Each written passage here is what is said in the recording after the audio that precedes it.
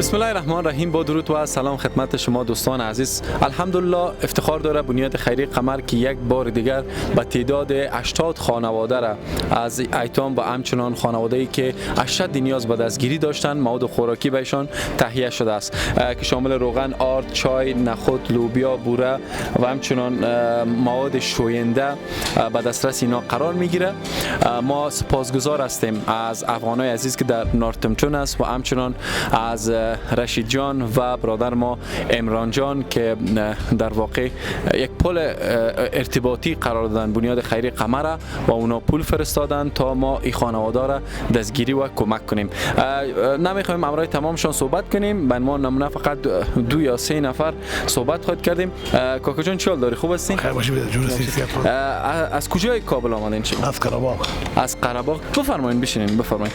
چطور است وضعیت اقتصادی تا؟ والا وضعیت جنگ کار نیست، حساب گډوډ است. میفهمی که خودتان باش شما معلوم است ما چه بگویم. ان شاء الله مشکلاتتان تا اندازه حل خدا کنه که ان شاء الله یک چیزی شود. ممنون از شما. چطور است لالا؟ خوب هستی؟ خوب هستم. از کجا آمدی؟ در قیمت. چطور است وضعیت اقتصادیتان؟ والا خوب نیست. خب ان شاء الله مشکلاتتان حل میشه با این. بله.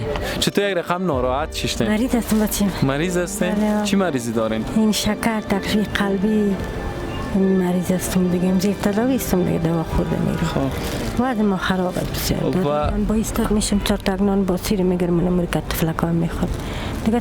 چاره ندارم. چند نفر هستین در خانه؟ تا بچه‌م است، یک دخترک کتیم، 2 تا دخترک مشوی داریم.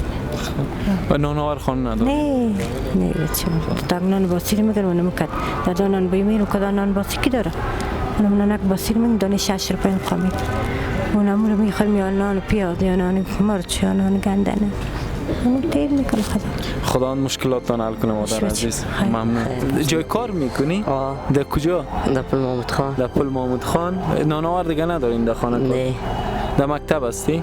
نه در مکتب نیستم، در مسترگری کار میکنم. خب چرا مکتب نمیخونی؟ مکتب نمیرم. کس دیگه نیست نانآور خان؟ نه. خدا مشکلات تمام وطنان ما را حل بفرماید. دوستان از روی صفحات شما لینک ها مشاهده میکنین، شماره واتساپ ما در خدمتتان است. ان شاء الله بنیاد خیری قمر در کمال امانت داری این رسالت با افتخار اجرا خواهد کرد. یک بار دیگه از افغانای عزیز در نورتمپتون و همچنان رشید جان و عمران جان سپاسگزار هستیم بابت همکاری و کمکشان. و السلام علیکم و رحمت الله و برکاته.